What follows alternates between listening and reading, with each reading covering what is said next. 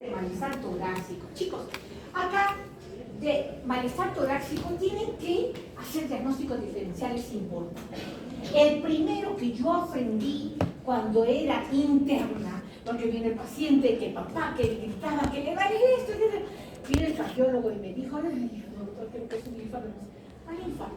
A ver, mira, vino, le enseñó, le empezó a hablar, le empezó eso, lo distrajo al paciente, ya dejó de gritar y empuñó esto, así su mano, y dijo, señor, le voy a observar, no sé qué, y ¡pac! Le coloqué en horquilla esternal, hizo esto, ¡pac! Y le va, ¡ah! Gritó el paciente, no puedo olvidar. Es una condritis, no hay nada, ya dele un analgésico, mándelo a su casa. Chicos, es que es obligatorio que tengas que hacer diagnósticos diferenciales frente a un probable infarto, ¿no? Hay alguno que viene, mira, nunca voy a olvidar, decía, ¿tiene dolor? No, me duele la cabeza. Me siento mal, decía, yo me siento mal. Y el doctor agarraba y decía, pero no tiene eso, mientras le colgaban el doctor le dice, señor, ¿qué tiene?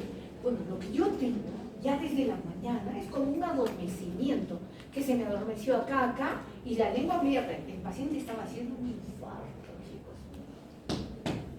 Y el cardiólogo agarró y dijo, señor, ¿me escucha bien? Sí, empiece, haga el intento que está tosiendo para que lo llevaran a cardiología, intervencionismo para embolizar, etcétera, etcétera, porque el paciente estaba haciendo un infarto de nuestras narices. Y no tenía el dolor clásico, ay, que me duele el brazo izquierdo, ay, que más para que sea una condritis, etcétera, etcétera. Hoy en día los infartos no te dan esa clínica característica. Y cuando el señor le dijo al cardiólogo, pero esto sí es que tenía un malestar y siento tal cosa, él al toque abrió los ojos y estaba infartándose ese rato. Era increíble. No tenía la clínica clásica. Ustedes aprenden una clínica clásica, pero ese porcentaje de presentación es muy bajita. Me dice, ah, ¿tu brazo izquierdo? Sí, es probable, ¿no? No necesariamente te duele el izquierdo, te puede doler el derecho. No necesariamente te duele eso, se te empieza a adormecer, tienes un tipo de dolor acá. Es diferente cada vez, porque la clínica está avanzando las cosas. Pero nunca voy a olvidar que frente a un dolor torácico, un dolor de pecho, etcétera, etcétera, lo primero que tienes que hacer es descartar una condritis. Lo primero. Listo, nunca se olviden de eso. Entonces tenemos los tipos de angina, la estable, la inestable y la variante de Riis-Metal. La estable está ocasionada por desequilibrio entre la perfusión coronaria y las necesidades miocárdicas. Hay un aumento de la demanda de oxígeno por el ejercicio físico, estrés, que se aliva con reposo y vasodilación. Esta inestable, producida por ruptura de una placa aterosclerótica, fíjate, con una trombosis parcial superpuesta y ocurre con frecuencia cada vez, ¿no?, mayores, desencadenado por esfuerzos físicos cada vez menores y duración prolongada. Y se le conoce como angina preinfarto. ¿Te acordarás? Sí. Por eso todos los inestables dicen, ay, no lo toques, controla, electro, cada rato, sí. Y una vez que ya ha pasado, las enzimas están tranquilos, todo eso, acá te da un gran susto. Y esta variante de Riis-Metal, que está causada por un espasmo de las arterias coronarias o elevación del segmento ST, que te hace asustar, obviamente, en el electrocardiograma, y se alivia con vasodilatadores y bloqueadores de canales D. No se olviden de eso.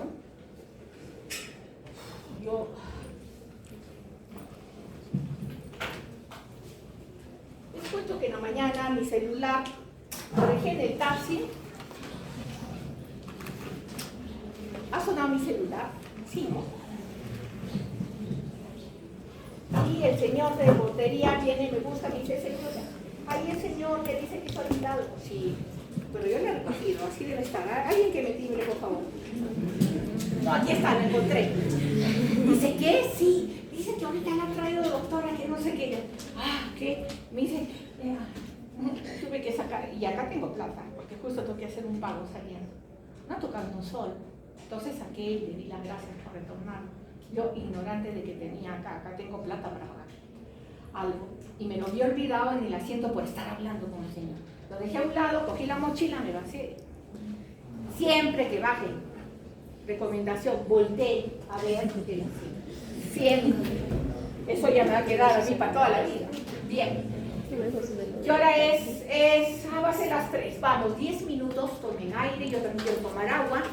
¿Qué es infarto? Ya saben qué es infarto.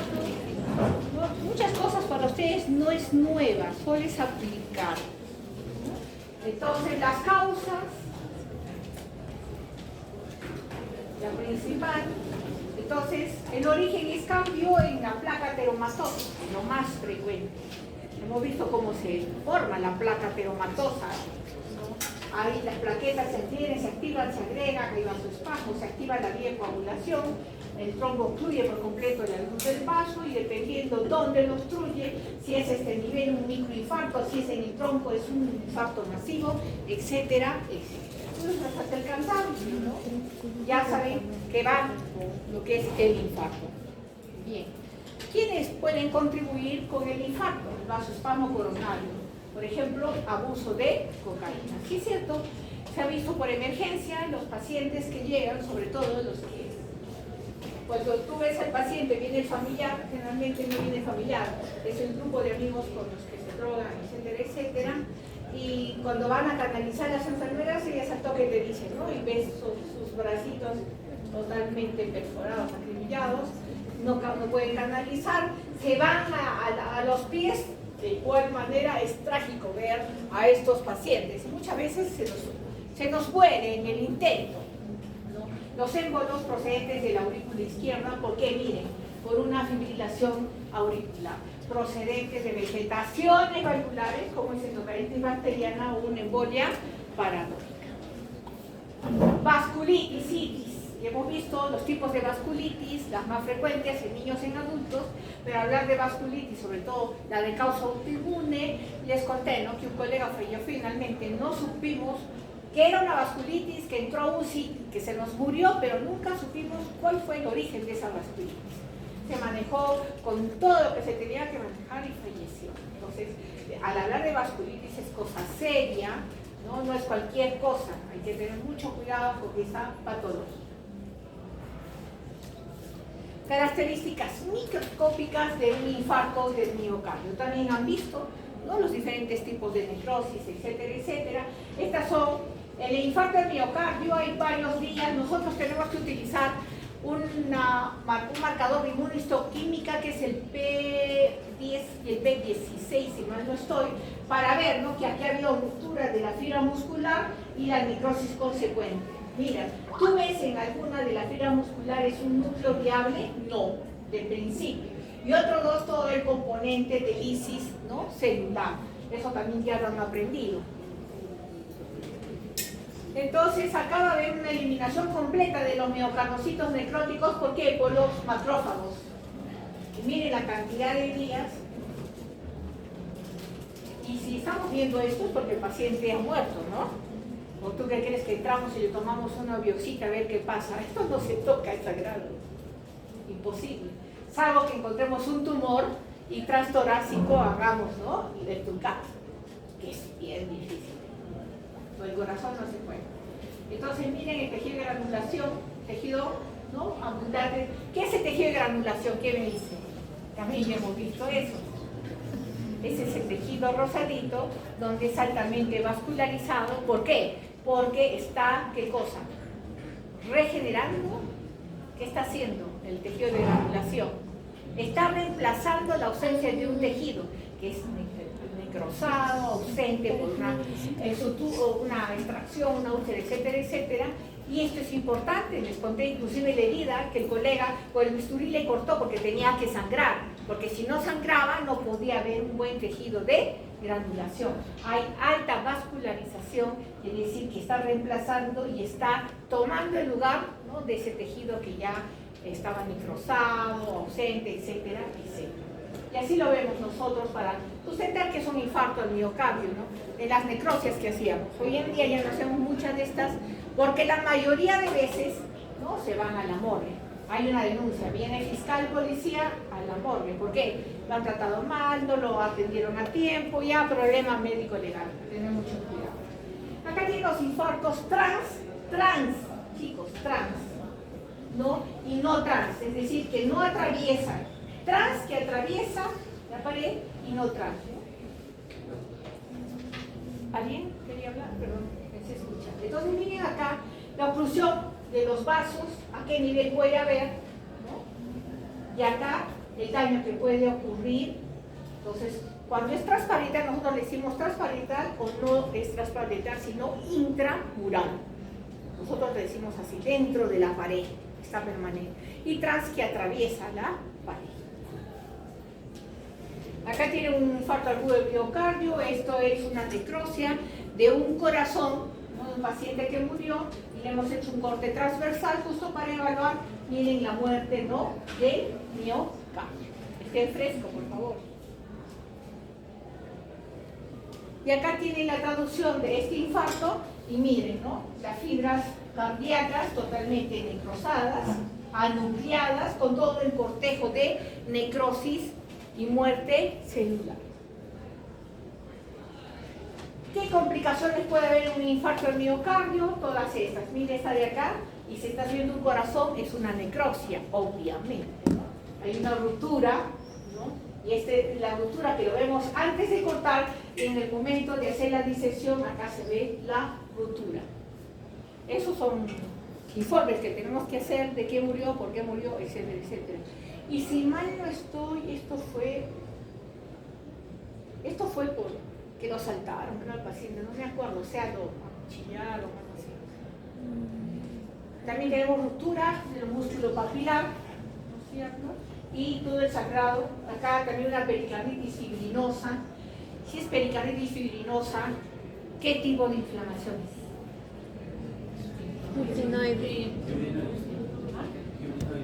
Sí, pero ¿qué? Aguda.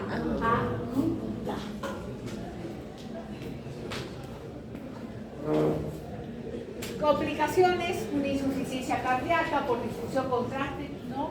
Arritmias, taquicardia sinusal, bloqueo cardíaco. Esto es más patología per se purita de los cardiólogos.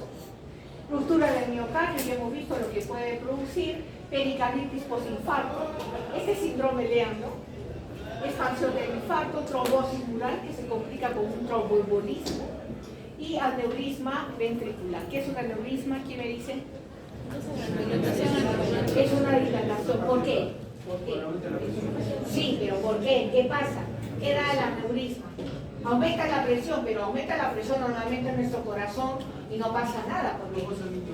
Por una obstrucción. Es porque hay una malformación en la pared del estómago. No, sino nuestro corazón, que soporta grandes presiones, ¿cómo estaría? Lleno de burbujas, estaríamos muertos. Y hay una alteración en la formación de la pared que no tiene el grosor necesario y el debilitamiento. Y ahí es que viene la palabra aneurisma.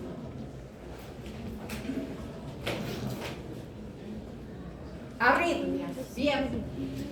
Las arritmias se pueden deber a cambios isquémicos o estructurales del sistema de conducción e estabilidad eléctrica. En las DGIs es fisiología pura, lo deben saber ustedes, y en los corazones estructuralmente normales las arritmias suelen ser secundarias a mutaciones en los canales iónicos que provocan una repolarización o despolarización aberrante, ¿no? Entonces, la muerte súbita cardíaca se suele deber a una enfermedad coronaria ocasionada por isquemia. Y la irritabilidad del miocardio está provocada por una isquemia no mortal o por una fibrosis previa secundaria a una lesión del miocardio. Puede haber muchas causas de esa lesión. Y esa muerte súbita cardíaca, hay una ruptura aguda de una placa con trombosis, una placa que está en el vaso que produce arritmia y culmina con la muerte. Entonces, ¿qué tiene este esquema? Lo he sacado de su libro, no hay novedad, ustedes pueden hacer algo mejor, no lo sé. Acá se habla de una arteriopatía coronaria de los vasos, que puede haber una isquemia del miocardio, cambio brusco de la placa, y isquemia miocárdica del músculo. Entonces, ¿qué pasa con esto? Esta puede conllevar a esta, pero esta isquemia realmente te puede llevar a una cardiopatía isquémica crónica, ¿no?, directamente, o a la muerte. Entonces, esto es derivación, esto es fisiología. ¿Qué pasa con esto? ¿Qué pasa con esto? Prácticamente estos esquemas te están iniciando, te están indicando cómo debes de hacer un análisis crítico, si pasa esto, si no pasa el otro, y si está el otro, qué puede producir, etcétera, etcétera. Este es el objetivo de estos esquemas. Yo no lo he hecho. Yo hago mis propios esquemas porque yo me entiendo. Por eso siempre les digo, ustedes hagan el suyo, porque para mí me sirve lo que yo hago para explicarles. Pero ustedes deben hacer lo suyo para que terminen de comprenderlo. Entonces, fíjense que el infarto del miocardio con pérdida muscular de arritmia te puede llevar a la muerte súbita, dependiendo, ya saben de qué, y la isquemia miocárdica también. Entonces, la cardiopatía isquémica crónica a la insuficiencia cardíaca congestiva, la ICC, ¿no? La CIC a la ICC y a la muerte súbita cardíaca. ¿Qué análisis de laboratorio pasa? Es manejo puro del paciente.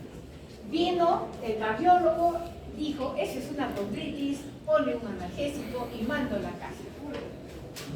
Pero entra un trauma shock, porque el paciente cuando tiene ese dolor es terrible, no puede respirar. O sea, tienes que ver la clínica del paciente que te dice, ¿no? Cuando va por triaje, dice trauma shock. Viene la enfermera, te pone los electrodos, viene el laboratorio, te saca para encima, te toman. O sea, eso es un trauma shock. ¿Alguien ha estado ahí? ¿Nadie ha estado en un trauma shock? ¿Nunca? ¿No? Esa es la primera atención de gravedad de acuerdo a la patología del paciente. Entonces, si están sospechando, porque primero entra el familiar, el personal que está ahí empieza a hacer todo lo debido, pero el médico que atiende con el familiar que viene le dice, señora, ¿qué pasa? Es que se queja, saca la información, porque el paciente con el dolor que tiene y cómo se siente no te habla. Entonces el familiar dice, no, que estuvo bien, dolió, o sea, te está dando una clínica sospechosa de eso. Entonces, cuando tú sospechas de que estás frente a un probable infarto al miocardio, tienes que pedirle las enzimas. ¿No? ¿Qué enzimas le vas a pedir? Y mientras le pides las enzimas, y de inmediato, o sea, los médicos UCI, ¿quién es UCI o emergenciólogo? Es Angelito, Ángel Mamani. Él es emergenciólogo. Ángel ha sido mi alumno. Un buen alumno. Muy buen alumno. Entonces, a él quieren que les enseñe interpretación electro, o sea, es muy bueno, pero es siendo emergenciólogo, siendo de emergencia o intensivista, como le quieran decir, llama al especialista, porque muy emergenciólogo que puede ser el especialista, tiene que ir, tomas electro, haces todo eso, pero con el electro dices, no, acá hay tal cosa, de inmediato hace peritoneal al cardiólogo de turno, ¿no? Porque no va a ser igual que ese paciente. Lo subieron para embolizarlo, pero embolizarlo porque se están infartándole tanto. Entonces el cardiólogo baja de inmediato, porque siempre en un hospital hay un cardiólogo de guardia, debe haberlo. Hay especialidades que tienen que hacer guardia sí o sí. Cirujanos, todas las cirugías van a hacer guardia toda su vida. Antes de elegir una especialidad, piénselo 2 veces. Mi sueño era ser ginecóloga después. Ay, soñaba con todo eso. Y cuando hice el internado, chicos, que lo van a hacer ustedes, resulta que dice, la noche, a partir de las 10 de la noche, bueno, el asistente se va a la hora que le da la gana. Queda el R3. El R3 muchas veces entra a cirugía, a cualquier otra cosa. Queda el R2. El R2 dice, mire, ¿saben qué cosa? Yo me voy a dormir, me pasan la voz a las 6 de la mañana. Distribúyense sus tiempos. El R1 dice, bueno, yo voy a estar hasta medianoche, ¿no? Y el interno se queda de medianoche hasta las 6 de la mañana que le pagan. Finalmente pagamos plato. Y chicos, ¿qué les cuento? Y se van a acordar de mí lo que les digo. No me quedaba feliz, total, un escope y todo eso. Y era las 2 de la mañana, y las enfermeras me decían, Arturita, ven ahí, me hacía mi camillita, todas muy buenas ellas. Y me estaba echando, y agarro y me dice, parto, parto. Historia clínica. 3 de la mañana. Parto.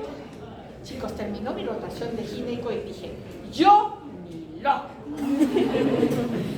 Porque aunque no lo crean, el momento de parto no es durante la mañana ni en la tarde, es en la noche, a medianoche, se van a acordar de mí. Dije no, borrado de mi mente, del papel, de todo. Yo no. Dice, es que me traumé, como era la única interna y estaba, dije, parto. Y como me mandaban de 2 a 6 de la mañana, 6 de la mañana ya bajaba el otro, tenía que evolucionar los pacientes. O sea, una cara pues, de Frankenstein, creo, a pasarle el esto, me lavaba la cara, pasarle, y si estás de posguardia sí se nota, ¿no? Sí. Bien, chicos, entonces no se olviden que todo lo que vayan a elegir esa especialidad es, van a pagar su plato ahí, cuando sean internos, R1, se vengan del interno, de R2, se vengan todos se vengan de todos. Y cuando vas al interno le haces ese hijito, pero ella, no, yo tengo, y agarra de su y saca el sello del asistente del R3, del R2, del R1 y su sello. Todo lo tiene, todo se lo tiene. Es el don, todo puede. Bien, entonces chicos, siempre, muy especialista en lo que sea, llama al adecuado. Viene el cardiólogo y dice, a ver, vamos a hacer las enzimas, porque cuando él baja, ve el electro, el otro le dice, hay tal cosa, ¿no? Le han pedido tal cosa, sí, revisa, analiza, se lo llevan o lo ponen en observación, o sea, determinan eso, ¿no? Entonces, esa especialidad es para las personas que tienen una personalidad flegmática, porque si son estresados, mueren en el intento. R1, te cambias de especialidad, porque es matador, es un estrés brutal. Te toca guardia, estás sentado ahí con la enfermera hablando y entra acá. ¡Trabajo! Y escuchas gritos, ¡ah! O sientes al bombero, la ambulancia. Madre mía, no se acaba nunca. Entonces tienes que estar preparado a controlar tus niveles de cortisol. Vamos. ¿Cuáles son las más útiles? La troponina T, la tropo-1, ¿no? Proteínas reguladoras de la contracción de las miofibrillas. ¿Y esto lo han estudiado en histología o no? Yo cuando enseñó histología, no sé, a ustedes no lo sé, pero les decía, chicos, recuerden esto, es esto y esto y esto. Se detecta elevación entre, mira, las 2 y las 4 horas después del infarto. Por eso dice, ¿desde cuándo tiene el dolor? Hace tanto tiempo le toma, ¿no? O dicen, no, hace poco tiempo, entonces tiene el ingreso y después de 2 horas otra vez el control de estas, porque te está diciendo cuándo se elevan. Bien, la creatinina fosfoquinasa, lo enzima MB, no es un dímero compuesto por una unidad que es característica del músculo cardíaco. Todo eso tenemos en nuestro hospital, todo eso. Entonces se maneja el paciente y de acuerdo a eso, pocos pacientes realmente se pierden o cuando ya vienen muy avanzados o tienen, ¿qué cosa? Patologías concomitantes, ¿no? Que ya prácticamente ya no había nada que hacer. Alguna vez cuando era estudiante y entré a un trauma shock, no fue en el Nacional, fue en el Honorio Delgado, vi cómo estaban encima un paciente, un residente, pero encima así, que le hacía así. Yo me quedé medio traumada y lo pensé 2 veces, dije, sigo o no sigo, porque es fatal. Cuando hacen la resucitación, la reanimación, es fatal. Pero cuando, nunca me voy a olvidar, cuando también le dijo, ya déjalo, bájalo, no, ya, para, por la hora de muerte. Pero se puede un poco más, ¿tú te das cuenta que tiene relajación de esfínteres? Ya no hay nada que hacer. Acuérdense, siempre lo que les digo. Bien, vamos a ver ahora lo que es cardiopatía hipertensiva. ¿Qué significa hipertensión? ¿Con qué lo relacionas? Con obstrucción. ¿No? Les he dicho, jalen información. Entonces, la cardiopatía hipertensiva puede afectar al ventrículo derecho o al izquierdo. Cuando afecta al lado derecho, el proceso se llama ¿qué? Pulmonar. ¿Listo? Y la elevación de las presiones induce hipertrofia del miocardio y fibrosis intersticial, lo que aumenta el grosor y la rigidez de la pared. Entonces, ventrículo derecho con pulmonar. La sobrecarga crónica de la presión en hipertensión sistémica determina la hipertrofia del ventrículo izquierdo. Y con frecuencia se asocia una dilatación de la aurícula izquierda secundaria a las alteraciones del llenado diastólico del ventrículo. Y esta sobrecarga persistente de presión puede ocasionar una insuficiencia ventricular sin dilatación. Y el cor pulmonar se debe a una hipertensión pulmonar asociada a trastornos parenquimatosos o vasculares pulmonares primarios. Entonces, ¿Cómo está relacionada una con otra? Por el sistema vascular. Ahí está. Y es típica la hipertrofia del ventrículo y de la aurícula derecha. Puede aparecerse también dilatación cuando el corazón fracasa. Entonces, una cardiopatía hipertensiva, ventrículo derecho, ventrículo izquierdo, y como está relacionado el derecho con el cor pulmonar. Todo está relacionado, nada es independiente, ya sí les he dicho. Hay hipertensión arterial sistémica, hay cardiopatía hipertensiva del corazón izquierdo, hay hipertensión arterial pulmonar y hay cardiopatía hipertensiva del corazón derecho. Y con este, ¿qué sucede? El cor pulmonar.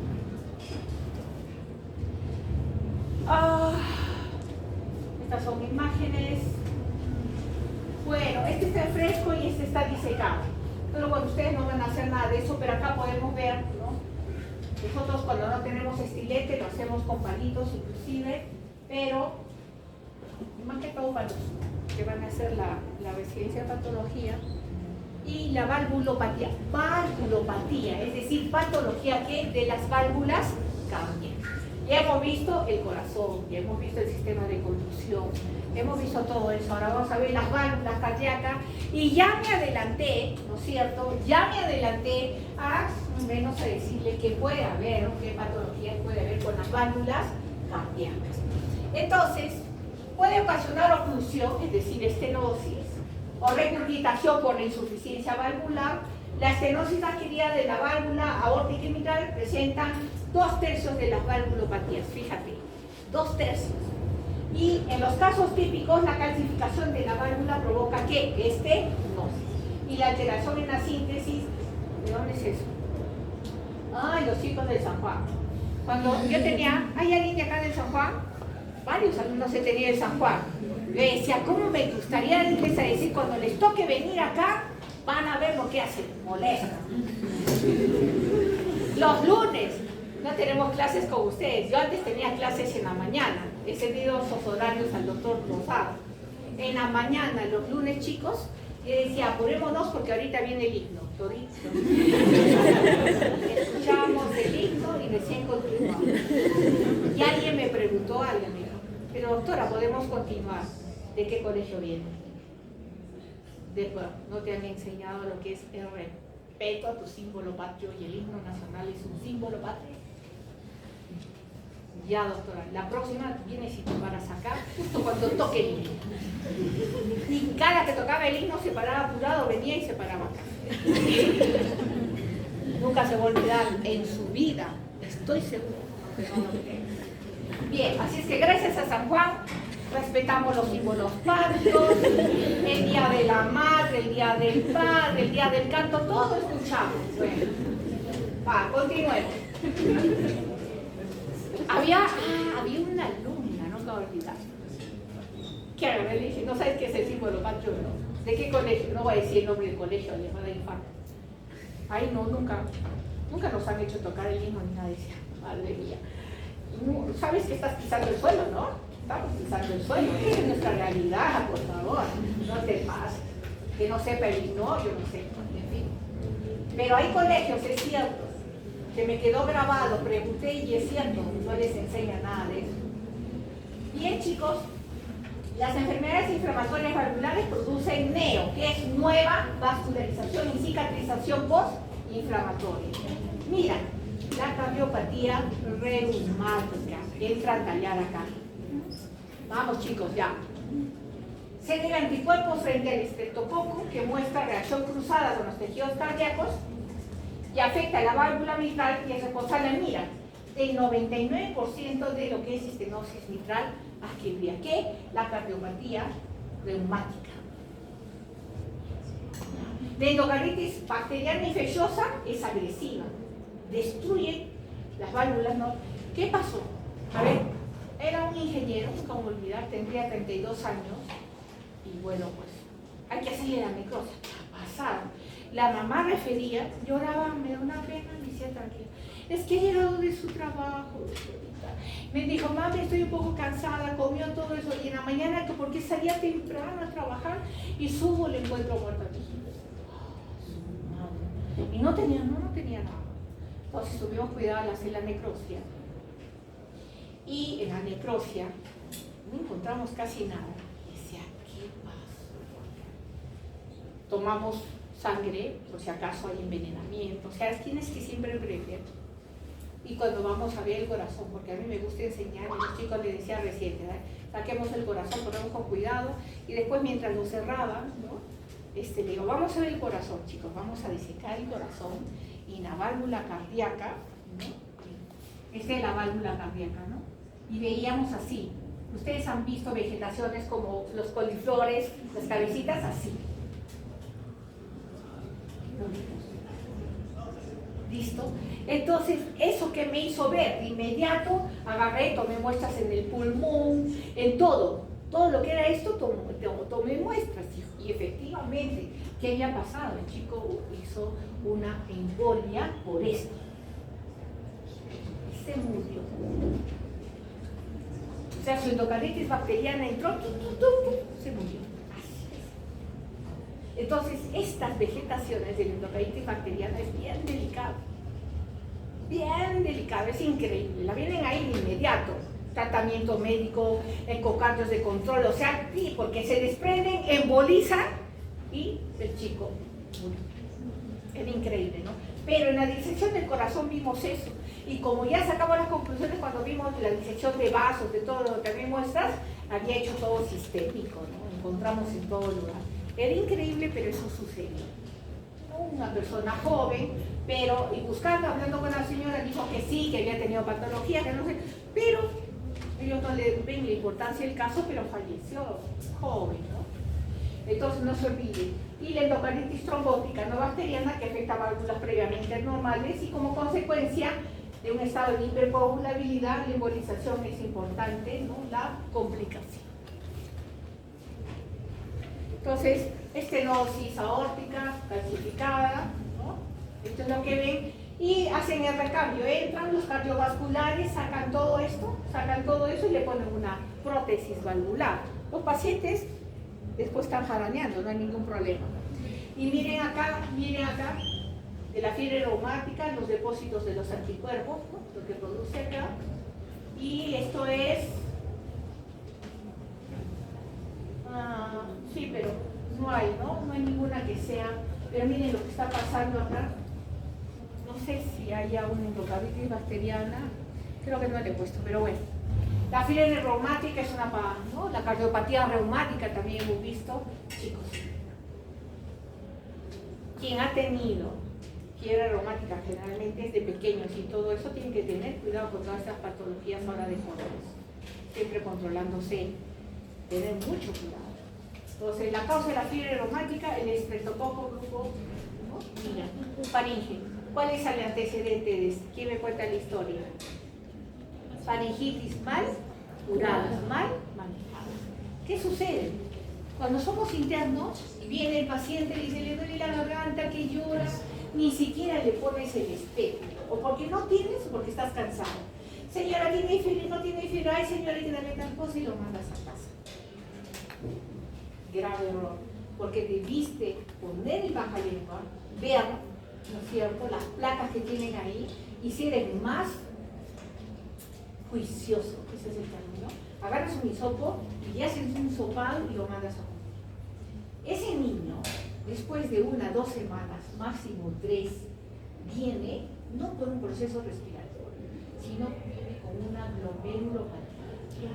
glomerulonefritis, consecuencia del mal manejo de esta faringitis, que les quede bien claro.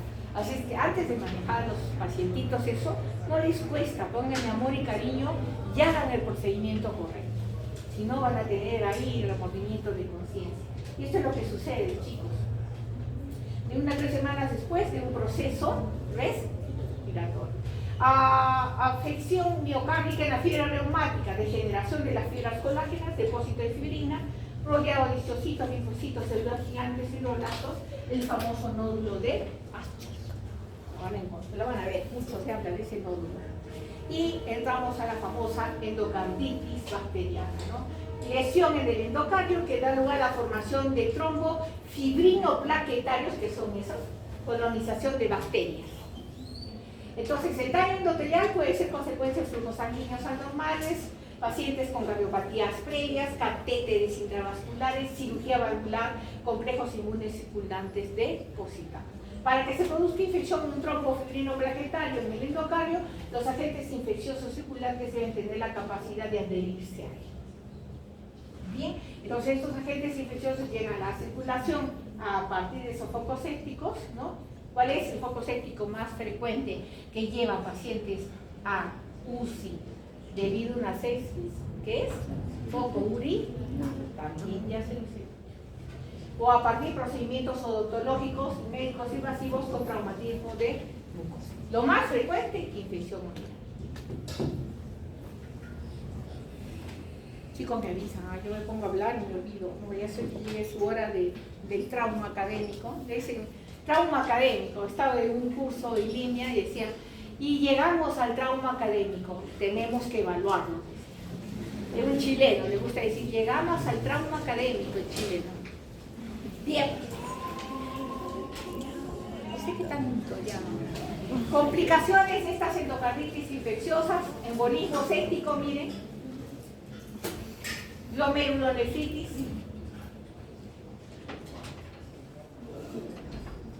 Y acá tienen, miren, esto es lo que les decía, ¿no? Miren.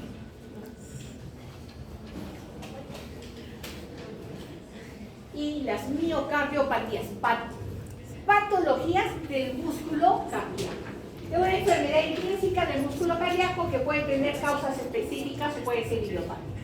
Hay tres categorías, ¿no?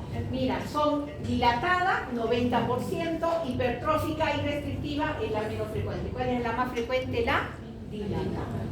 La miocardiopatía dilatada determina disfunción sistólica, ¿no? Y entre las causas destacan la miocarditis, exposición a tóxicos, el embarazo y hasta un 50% mutaciones que afectan las proteínas del cito. Es que entonces la miocardiopatía hipertrófica determina disfunción diastólica. Acuérdense, una disfunción diastólica, ¿no es cierto? La otra disfunción sistólica. ¿Cuál? La dilatada disfunción sistólica. Y la hipertrófica, ¿no? Es la relajación o diastólica. Prácticamente todos los casos se deben a mutaciones autosómicas dominantes en las proteínas que constituyen el aparato contráctil, sobre todo en las cadenas pesadas beta de la miosina. La restrictiva se asocia a un miocardio rígido que no se distiende y se puede deber a depósitos de amiloide. Lean, chicos, amiloidosis. Ya les dije, cuando vimos depósitos, no hemos visto porque esa lámina ya no está, pero siempre les decía, chicos, lean amiloidosis. Esa es otra gran patología que está metida como la Coca-Cola, el arroz, en todo.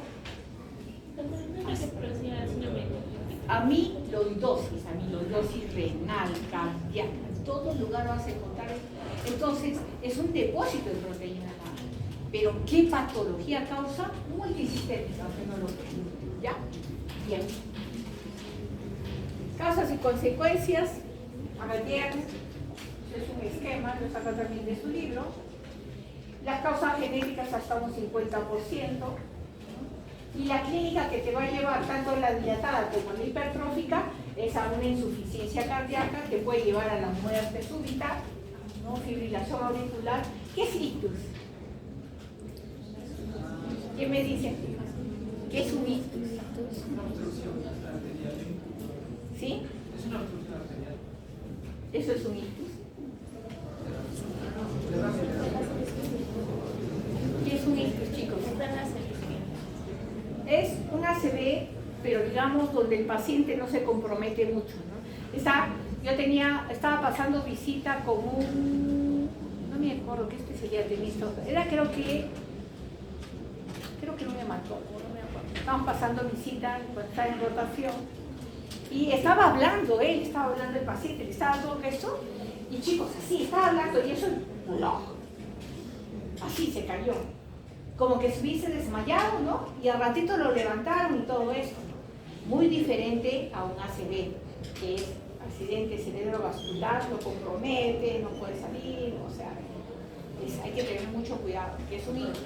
¿Y cómo se diferencia un día un isquémico? También un accidente isquémico transitorio. O sea, eso también puede darle la misma clínica. la misma clínica, solo que es transitorio. El daño, el paciente lo ves, lo levantan, le hacen los estudios y todo, y dicen, es algo transitorio, el compromiso no ha sido magno ahí, ¿no? Es algo transitorio, pasó, pero hay que tener mucho cuidado, porque esos transitorios en un momento dado te pueden dar más complicaciones. La miocardiopatía dilatada, miren acá cómo están los miocardiocitos.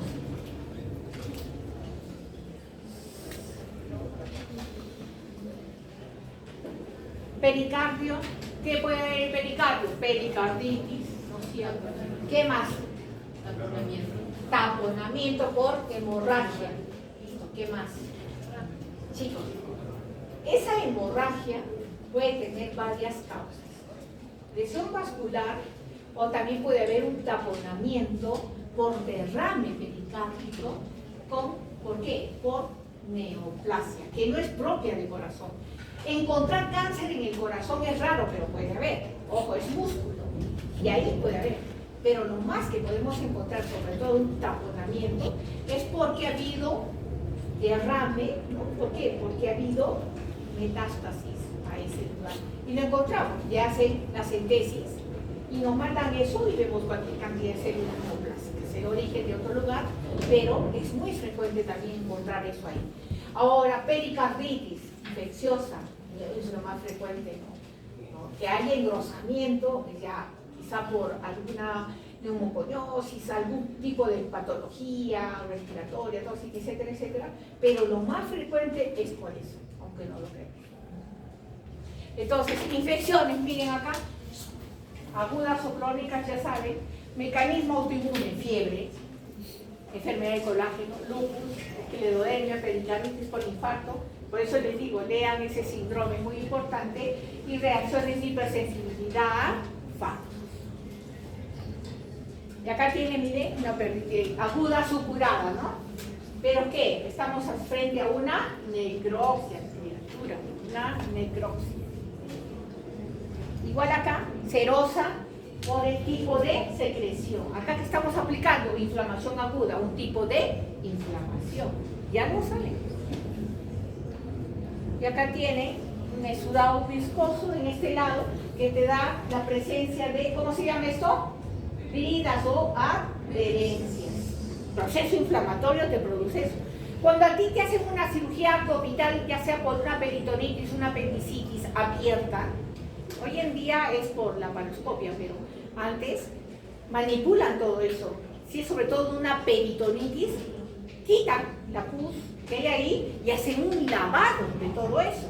Y para una segunda intervención, y eso sucedió con una paciente que tuvieron que entrar para la cesárea y había tenido cualquier cantidad de heridas de adherencias. Brutal. Era fatal ver eso. Bueno, cuando roté por gineco. Y acá tienen, miren, una pericarditis fibrinosa y hemorrágica, ¿no? Fíjense. Todo lo que puede haber proceso inflamatorio nada más. Y los tumores cardíacos, ¿no? Neoplasias, misomas, fibromas, linfomas. Te he dicho que acá no tienes que memorizar mucho, es corazón y te puede salir todo lo que quieras ahí. Y está sustentado. Ahora, lo más importante de esto es la frecuencia. La frecuencia, porque lo más frecuente que vas a encontrar en el corazón, en la pleura, en el pericardio, ¿qué cosa es? Las metástasis, criaturas. Te lo acabo de decir. Listo, entonces tienen un tiempito para que puedan leer hasta que se abra su examen.